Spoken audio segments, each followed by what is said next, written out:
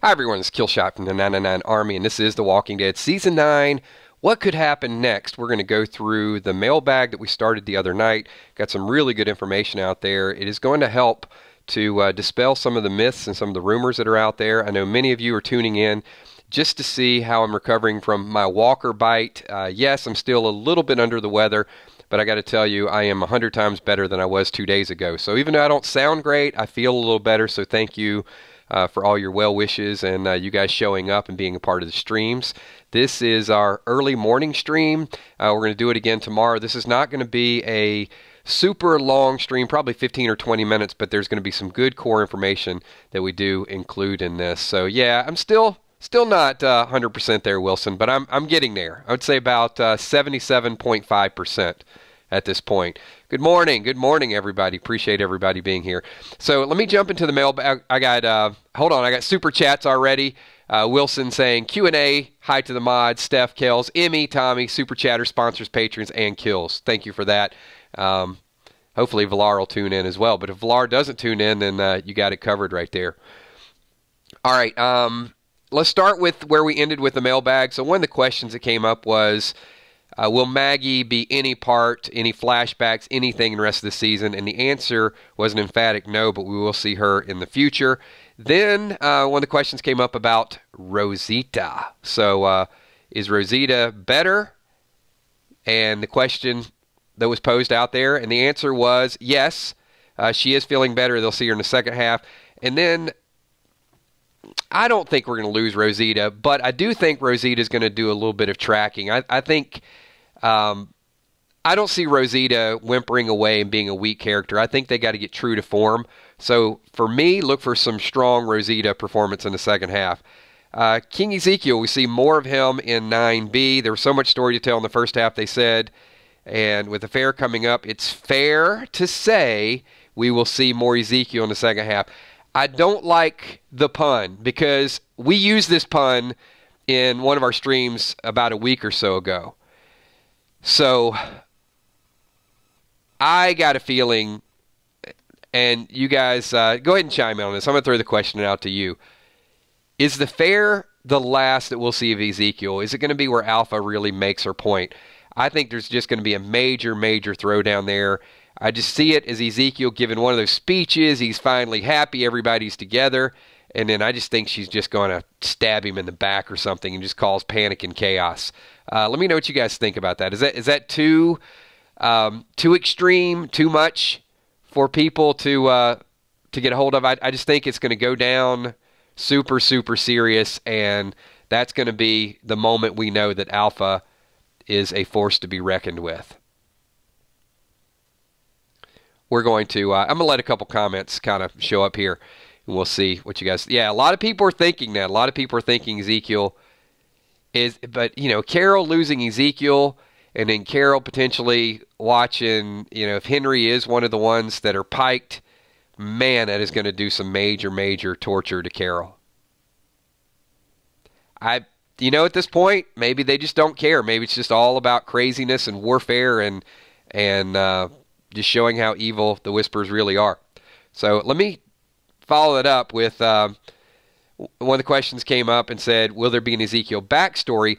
And The Walking Dead feels very much the way I feel with this. I'm glad we have that in common. But it said The Walking Dead typically doesn't go too far in depth with backstories, but it's probable we could learn a little bit more about his life sometime down the line.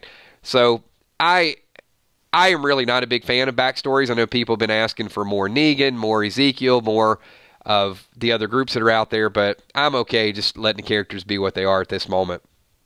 Then the question came up, who took Rick in a helicopter? And it said, wait for the movies. And the follow-up to that was, there's a lot of details that have to be ironed out, but the films look like they are going to be on AMC. So what do you guys think about that? I was hoping we'd get at least one in the big screen. Yeah, what's up? There's my mods. I see Steph in the house, Emmy in the house as well. So we just need Kel and Tom, and then we have we'll have a full house. Were you guys hoping for at least a big screen? And I mean, maybe AMC's looking to put these original movies out there, compete with Netflix, and and Amazon Prime. Yeah, Kimberly, I would pay to go see that. But maybe there's not enough, or they don't feel like there's enough of a following just yet. I thought if they did it in the big screen, maybe they'd attract a few more viewers, and then the Walking Dead fans would go, and then maybe some new fans would come there and then start watching TV shows. So it'd be like a dual benefit with no commercials. But they are still ironing out the details, so we'll have to see how that goes down. All right, next question in the mailbag was, and I thought this was kind of funny, and it says, who will win between Daryl and Beta? And then very cryptic answer here, define win. So what does a win look like? I mean, obviously either one of them's not going to die. Will Daryl be captured at this point? Will Beta be turned away? I mean, we're dealing with the rumors that Daryl's going to be captured at some point. When will the fight take place? Is the fight going to be at the fair? It does look like it's kind of in one of those, it could be like a little makeshift type of hut at the fair. Maybe Daryl's selling some squirrel skins or some snake skins or something, and then Beta comes in, and then they have the big throwdown. So I'll throw this question out to the group. What do you guys think a win means? You think Beta gets the best of him? That Daryl, wins the first round? Let's see what the 99 Army thinks. And those of you just tuning in, do me a favor, pike the like button. We're going strong here, trying to get through this Walker syndrome that I've contracted. So should be through it within the next couple days.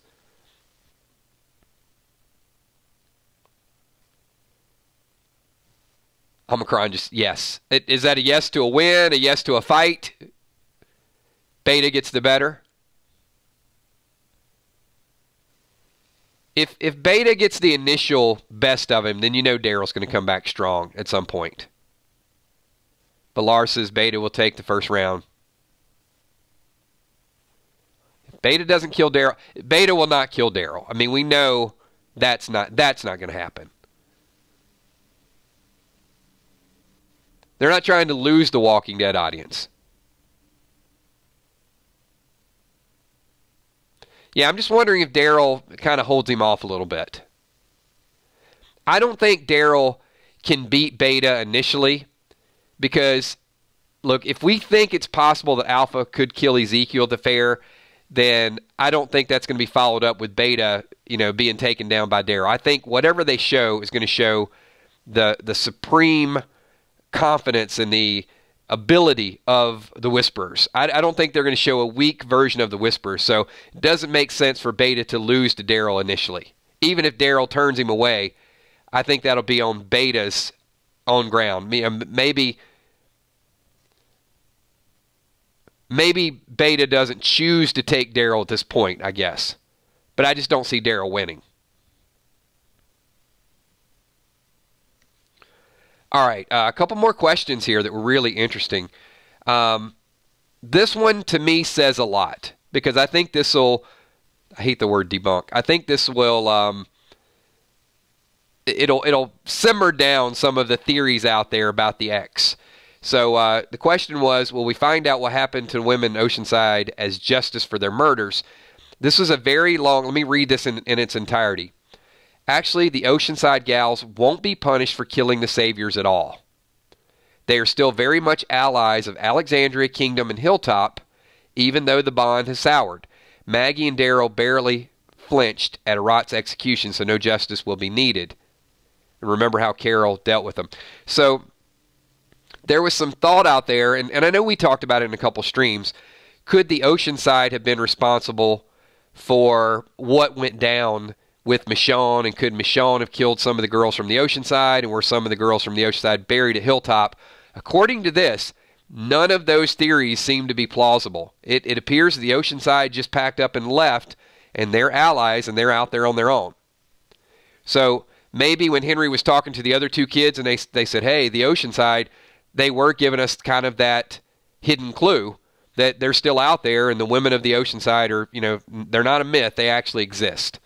So I think that's good news, and we will see them somewhere down the road. They're just not getting any airtime at this moment.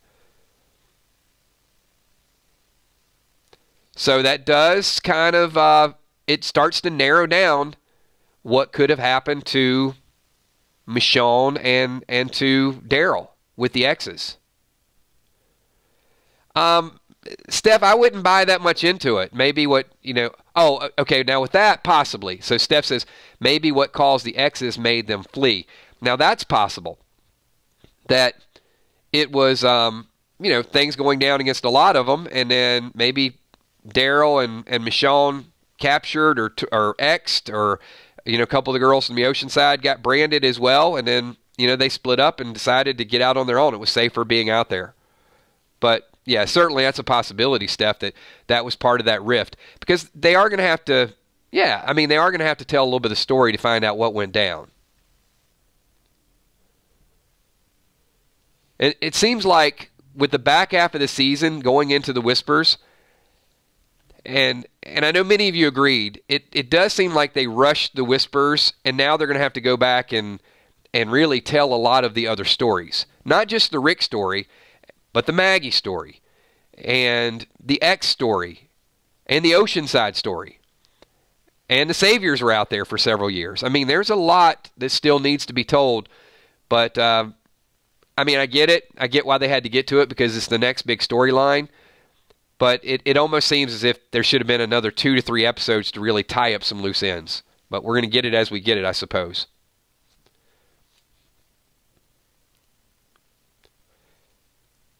One of the questions was, are we going to see Carol interacting with Judith again? It was a maybe with an exclamation point, so I'm sure. Carol will be around for a while. Judith is definitely going to be around for a while. We're not losing the two of them. And then I guess there's some myth out there.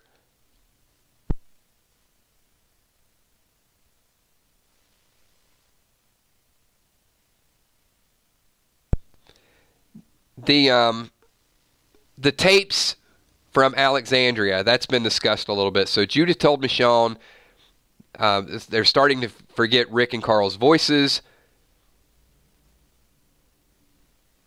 And way back when Rick arrived in Alexandria, Deanna made tapes. Negan and Saviors found them and took them with the camera. Do the tapes still exist? So I think that's a good question.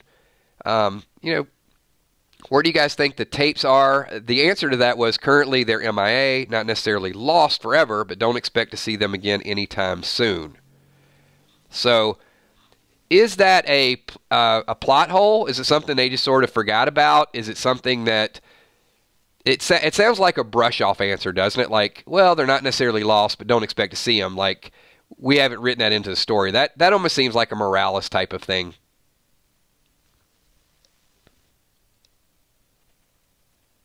We'll throw that out there, see what your thoughts are.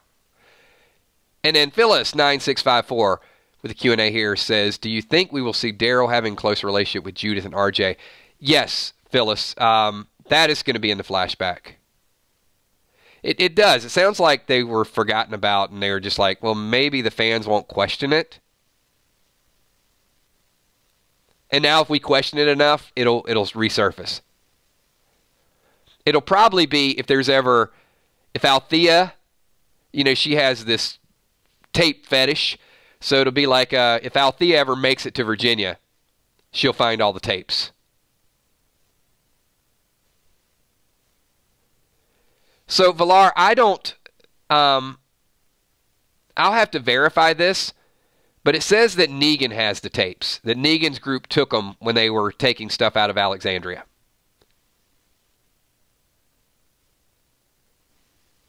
And they didn't do anything to not verify that. So it says currently they're MIA, not necessarily lost forever. So it looks like they are open up the possibility that maybe they're at the sanctuary somewhere.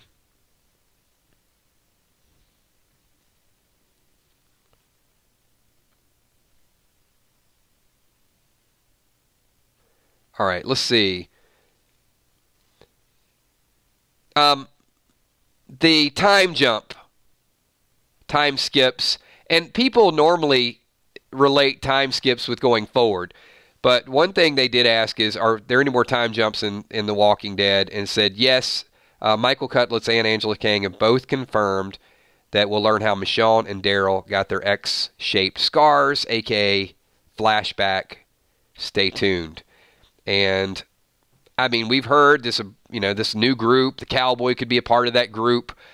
I'm becoming more receptive toward it. I thought, it'd be more of a tribute than anything else, just because it does look a little bit screwed up the way it happened. But I guess we'll hold tight, and somewhere in the first 3 or 4 episodes, hopefully we'll get the story and we can bring some closure to it. But some really, really good questions from the mailbag. Are we getting Michonne pregnancy flashbacks maybe when she found out she was pregnant? Then they said maybe. And then the Michonne time jump could have been from any time in the 6-year time skip. It's possible she could be pregnant with baby RJ in the flashback. So I think you'll probably see a little bit more of that. Now, Phyllis brought up the question a little bit ago, Daryl's relationship with Judith and RJ. And that was in the last stream we did. That was in one of the previous mailbag questions. And it did say that Daryl has been a part of their life. So I don't know what happened to push him away from them, or if he's just kind of checking in periodically, if they know who he is. They did give the impression that RJ and Judith are very familiar with Daryl. And then maybe he just decided, look, I can't be around it right now. I got to spend more time looking for Rick. He's got to beef it up a little bit more.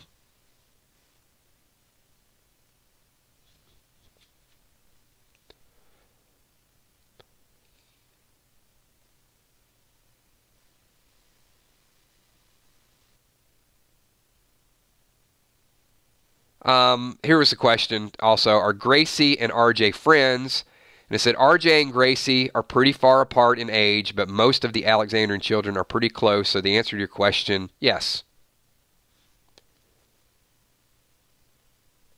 Then a silly alien question. So I won't get into that. But that's pretty much the mailbag. And I think they weren't exact and specific, but there was enough clarity, I think, to at least guide us on the right path, so we don't get the real crazy myths out there.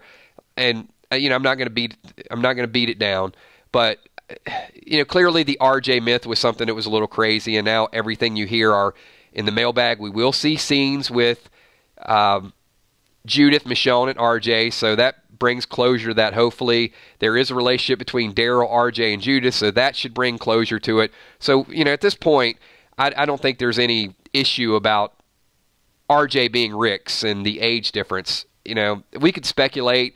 Does RJ look 3? Does he look 5? I'm not here to decide that, and what his level of knowledge would be and how big or tall he would be.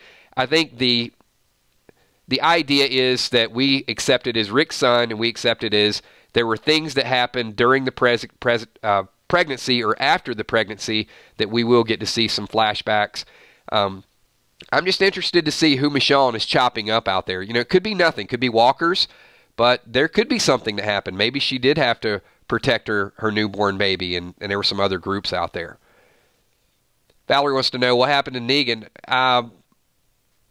Well, the only question really from the mailbag was whether Negan has changed. And that's another thing that's been discussed, is there's no trust for Negan, and they did go in to say, look, you can bank on the fact he's going to be different.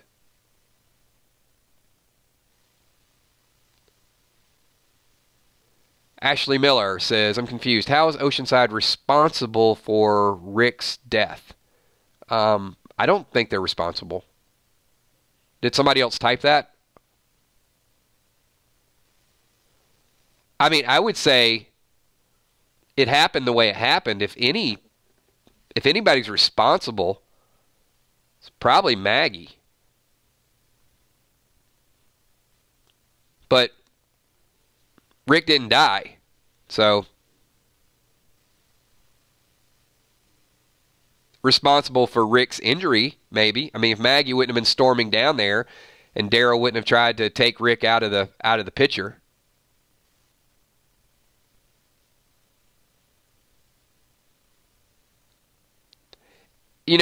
Viola and who else typed that? Was it Eric Beach?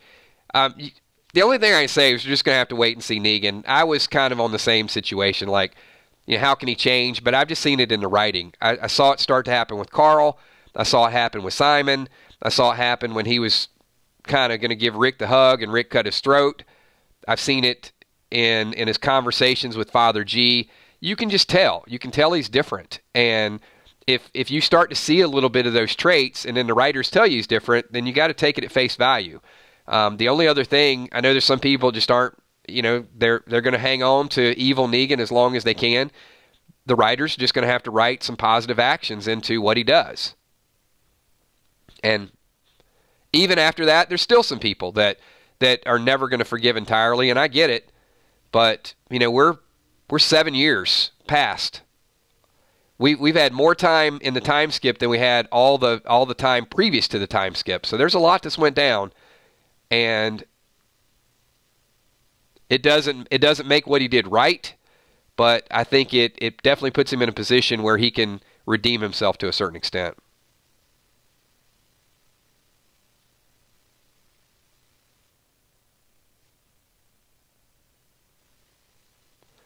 And I do think it'd be an interesting story in the future just to see if once the Whisper War is over, if they do kill all the Whispers, if Negan does backslide again. I don't think that's part of his character right now. But I think if he can change from evil to good, he could definitely change from good to evil again. I think anybody has that possibility. Maggie was starting to change. I don't think any of the characters are immune to that storyline. I would be surprised, and I think it would be, maybe the last season if they wanted to do something like that. But I think you're going to get some attachment to Negan over the next couple seasons. I think it's a necessary situation. And we are running up on, we hit 21 minutes.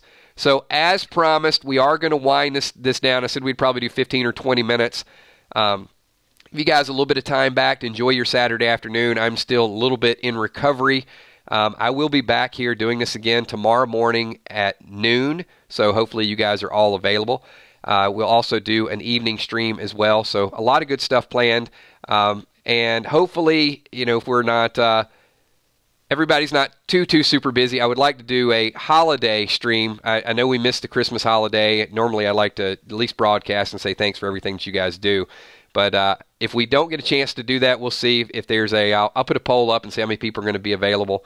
But we'll definitely try to get a few streams and ring in the new year the right way. It won't be at midnight, but it could be on New Year's Day. So thanks for being patient, for everything that you guys are doing. I'm going to try to get up to about 90% by tomorrow. Still struggling a little bit, but I do want to do some shout-outs. Regardless of what condition we're in, I do want to say thanks to each and every person that's here and your involvement in the streams, getting involved in the comments, sticking around for the mailbag. So I'm going to start out with the Patreons in the top left-hand corner. Thanks for everything that you guys do. The sponsors as well, the moderators, Emmy, Steph, Tommy, Kells, and everybody else here in the 999 Army. Hit the like button and also give me a quick 999 so I can give as many shout-outs as we possibly can before I have to go medicate all over again. So thanks so much to Edwin Gonzalez, also Samantha Coombs, Kathy Parker, Ron Burgundy Moore, Villar, thank you so much. Omicron, thank you as well. Kimberly M., Vipo25, DDA Ohio, Julia Muse, Leanne Gash, Colleen Hayes, thank you so much. RJ Guerrero, The Walking Dead Nerd, good to see you back. Wilson, thank you. Tegan, Crystal the Singer Chick Gore, Heart of Nixie, Joyce Andrews, Viola McGowan, Jennifer Flaherty, thank you so much. Appreciate all of you guys being here.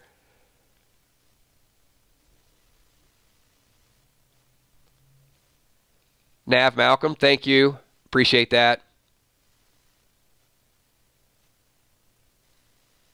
Awesome. I love to see the amount of people we have in the UK watching these live. And as you guys know, the reason we do these on Saturday morning is because we definitely want to be here for our international audience. So thank you so much. I know it's not just the UK, but we have a strong following in the UK. But thank you to everyone that is in a different time zone that's making the time to be a part of this stream. Thank you so much, Robin Vance, Colleen Hayes, Whispers into Screams as well.